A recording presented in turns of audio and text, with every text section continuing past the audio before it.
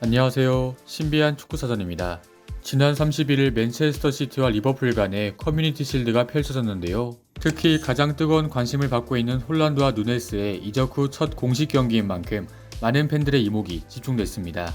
경기는 누네스가 데뷔골을 기록하면서 홀란드가 침묵한 맨시티를 상대로 리버풀의 3대1 완승으로 종료됐는데요.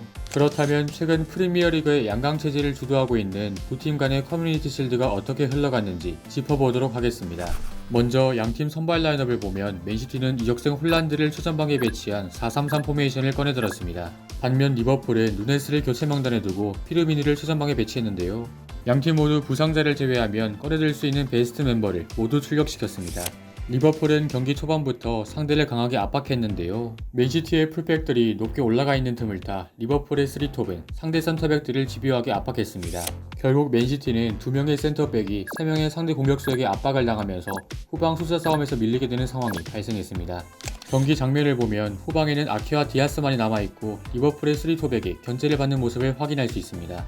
맨시티는 이러한 열세를 베르나르도 실바를 활용해 극복하려 했는데요. 실바는 센터백 사이 공간까지 내려와 후방 숫자를 늘려주는 동시에 직접적으로 빌드업에 도움을 줬습니다.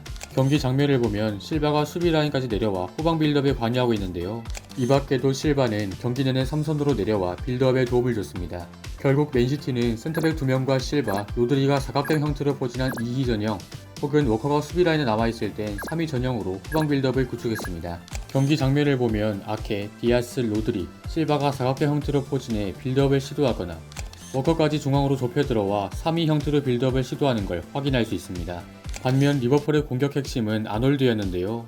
살라가 오른쪽 터치라인을 따라 넓게 벌려 상대 풀백을 측면으로 유인시키면 그때 발생하는 하프 스페이스를 아놀드가 적절하게 침투해 기회를 만들었습니다. 경기 장면을 보면 살라가 칸셀로와 그릴리시를 측면으로 유인시키고 그때 발생한 하프 스페이스를 아놀드가 점유하는 모습이 자주 있었는데요. 리버풀의 선제골 과정에서도 이러한 패턴이 유효했다고 볼 수 있습니다.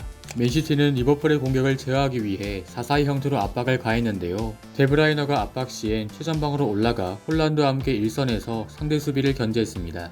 이는 맨시티가 상대 센터백들과의 숫자를 맞춰 1대1로 압박하려는 목적이었는데요. 경기 장면을 보면 데브라이너가 최전방으로 올라가 4-4-2 전형으로 상대를 압박하는 걸 볼 수 있습니다. 하지만 리버풀은 이를 역이용했습니다. 데브라이너가 높게 올라가 있는 틈을 타 리버풀의 미드필더진은 맨시티의 미드필더진을 강하게 압박했는데요. 이후엔 파비뉴까지 높게 전진해 티아고, 핸더슨과 함께 상대 3선을 압박했고 이는 리버풀이 숫자 싸움에서 우위를 점할 수 있음을 의미했습니다. 경기 장면을 보면 파비뉴가 높게 전진해 맨시티의 2명의 미드필더를 3명이서 견제하고 있는데요. 특히 앞서 언급했듯이 데브라이너가 최전방에서 수비 포지션을 취하다 보니 맨시티의 중원 간격은 크게 벌어졌고 맨시티의 중원이 리버풀에게 잠식당하는 걸 볼 수 있습니다. 지금 장면에서도 리버풀의 허리진은 아무런 견제를 받지 않고 중원에 포진해 있는 걸 볼 수 있는데요. 이 밖에도 리버풀은 피르미누를 활용해 미드필더들의 공격 가담을 적극 활용했습니다. 피르미누가 펄신한 역할을 수행하면서 밑으로 내려오면 자연스레 상대 센터백 한 명이 피르미누를 따라 앞으로 끌려 나오게 되는데요. 그때 발생하는 수비 뒷공간을 리버풀의 미드필더들이 침투하며 공격 기회를 잡았습니다. 경기 장면을 보면 피르미누가 밑으로 내려오면서 아케가 함께 끌려 나왔고 핸더슨이 뒷공간으로 침투하는 걸 볼 수 있습니다. 반면 맨시티는 지난 시즌 강력한 무기였던 왼쪽 사이드를 활용하는 데 어려움을 겪었습니다. 왼쪽에 배치된 그릴리시와 칸셀로 모두 중앙으로 좁혀 플레이하는 걸 즐기는 유형이기 때문에 두 선수의 동선이 겹치는 게 문제였는데요.